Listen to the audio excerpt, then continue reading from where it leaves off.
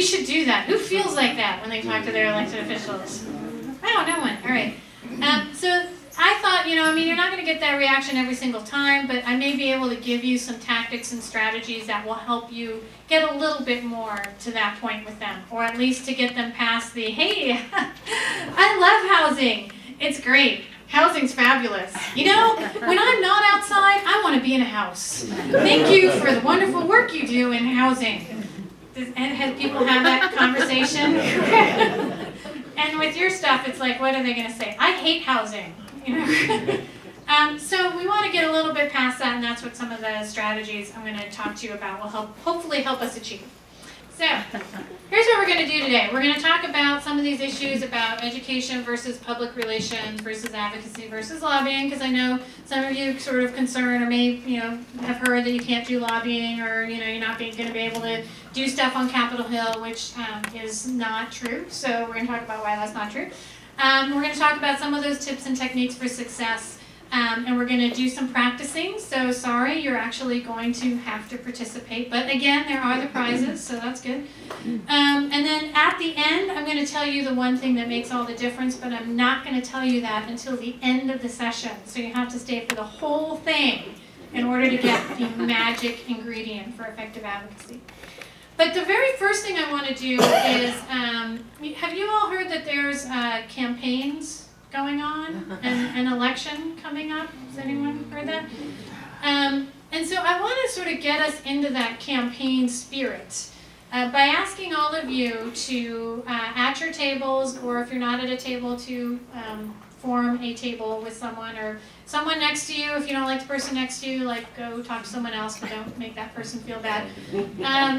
Take a couple minutes, and I want you to elect at your table a presidential candidate, and then I want you to prepare that person to give like a 15 to 30 second campaign speech about why the people in this room should vote for you. All right, so we're talking like one simple message, why the people in this room should vote for you for president. We're going to have a couple presidential candidates go. And there will, again, be prizes, but it's a sort of a good way for us to sort of start thinking about messaging. All right, so who's going to go first? Wow. Larry's going first. All right, everybody. All right, everybody, presidential candidate Larry. I want all of you to know this morning that I am not the Etch-a-Sketch candidate. I have defined values. They were defined at conception, and I will hold them until I die. I would also like you to know that I plan on planting money trees so that I can fully fund the capital program. The capital fund, operating fund, home, CDBG, family self-sufficiency program, McKinney-Vento. But the cornerstone of my platform, ladies and gentlemen, is housing is part of the puzzle. You have to have housing for your constituents. It makes jobs. It puts people a good roof over their head every night. And that's going to be what I'm going to build this country on, is housing. And everyone has a right to it. So I believe everyone is in agreement that America needs to be changed. We do want, as the other candidates have said, to create housing for everyone to live in, not just certain segments. Everyone deserves decent, safe, and affordable housing. We want to have some educational initiatives so that our children can have a world-class system. Thank you. You've heard from the other candidates that one will do something, the other will do housing, the other will plant a tree. Me and my group, will fund housing. We will fully fund housing the first year. We will double the funding. Now, the reason why we did that, what were some of the themes that our candidates came up with? Education. What were some of the themes? Funding, jobs, housing, obviously. Equal opportunity. A lot of it was, you recognizing this specific audience. Because I said, ask this audience to vote for you for president. What if it had been like an audience full of chamber people or, business people? What might you have focused on Double with their them? funding. Tax relief, development, small business opportunities. So a lot of this is, looking at the audience, figuring out what are some of those core messages that they're going to want to hear. And that's what we're going to talk about, is how do we get to that point. Now I do have a quiz. The nice thing about the quiz is for those who are like, ah, crap, I didn't win anything. You will. You can. I have a few questions for you, and if you give me an answer, you will win a fabulous prize. And it doesn't have to be right, it just has to be an answer, all right? So how many bills have been introduced in a 2-year congressional session on average? 100 is not, who said thousands? Thousands. All right, it's 10,000, so that was kind of right. So here you go. You went a little stressed, puppy. Okay, you can share the table. 10,000 bills, what percentage pass? 2%, say 4%. Good work there, Nathan. 4% is right. 4%. Of that 4%, what percentage are about renaming post offices and federal buildings? 3%. Say 33%. 33%. There you go. You win. I meant 3% of the total. Right. It's right though. It's of the 4% that pass, a third are about renaming post offices and federal buildings. So who's a little depressed by this? All right. And I think it's because we think of Congress as the institution that's supposed to pass laws. But we should think of Congress as the institution that's supposed to fight and argue and deliberate about laws, because it is designed to be completely and totally inefficient, right? It is designed to not get anything done.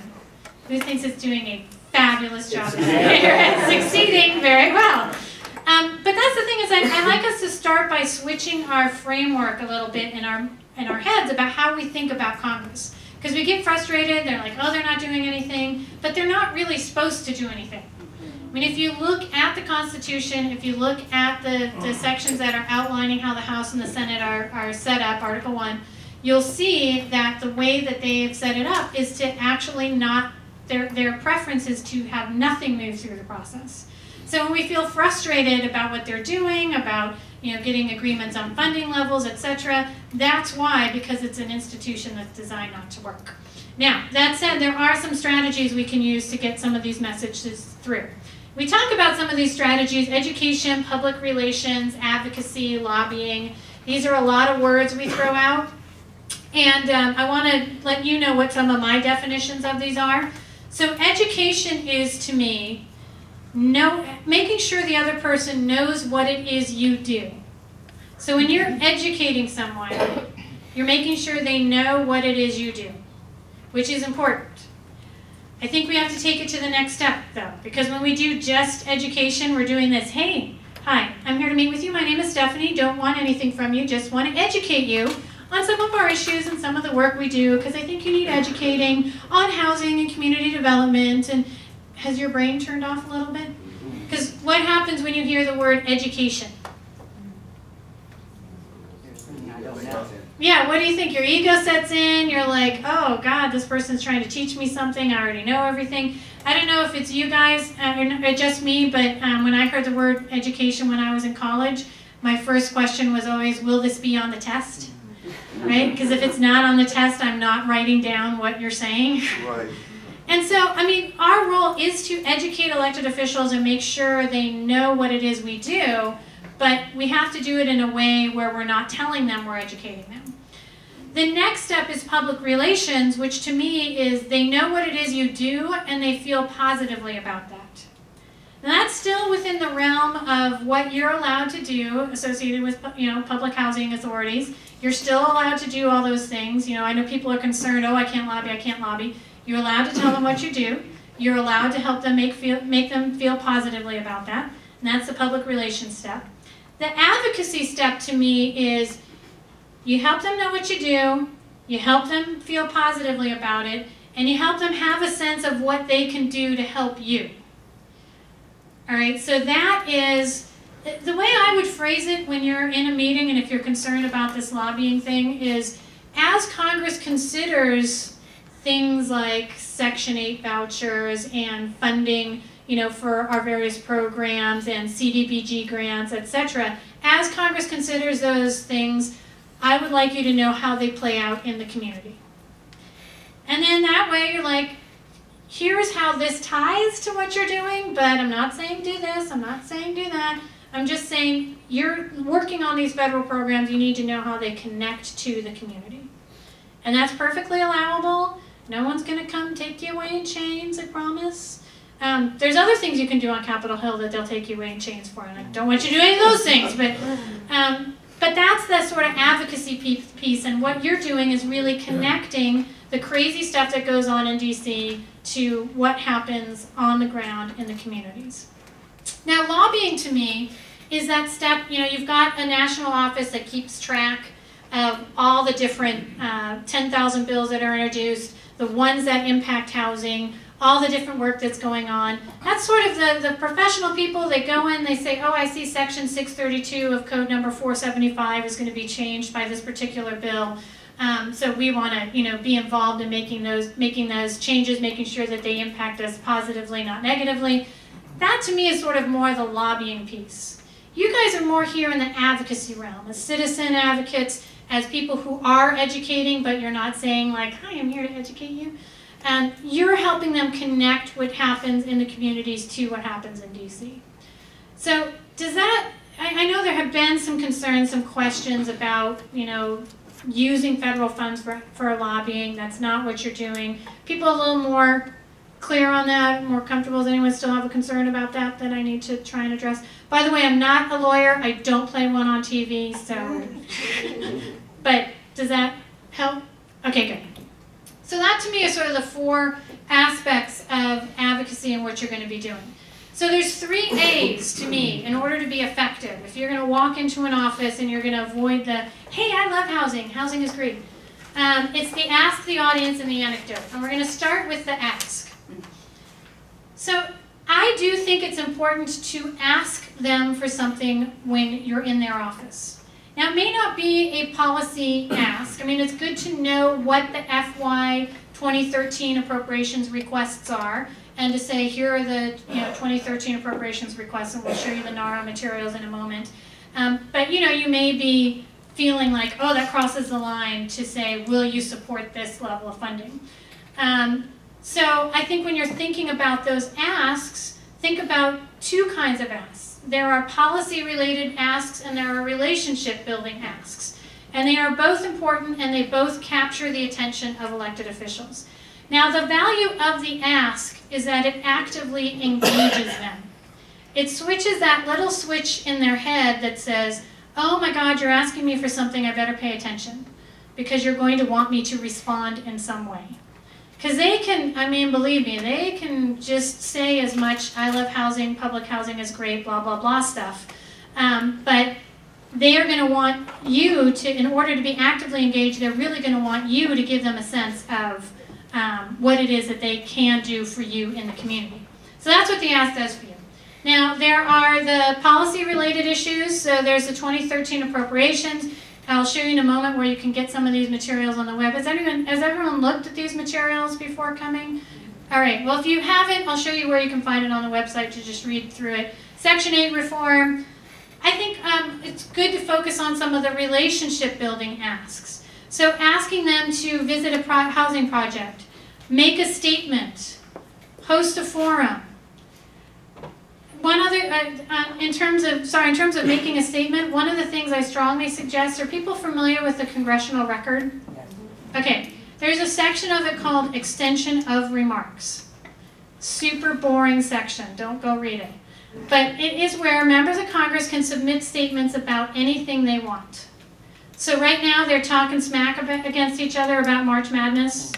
I mean, it's like this team against that team, and who's, I mean, seriously, it's everything they want to say. So ask them if they'd be willing to submit a statement to the record about the work you do in the community. Like, hey, we have this new community development project going on.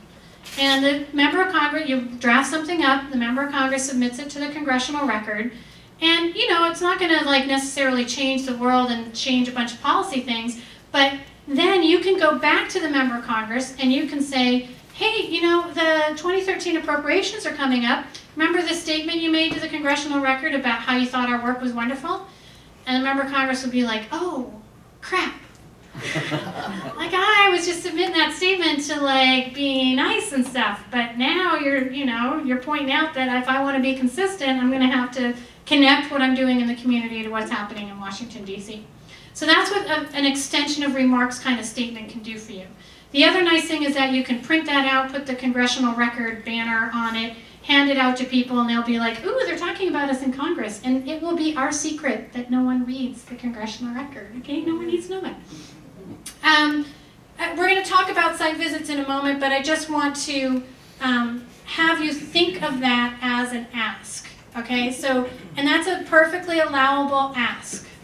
I mean, any person can come and say, will you visit our project, whatever it is. All right, so we're going to practice asking for this. Are you ready? You're going to repeat after me. Are you ready? Ready. Congressman. Congressman. Will you visit our project?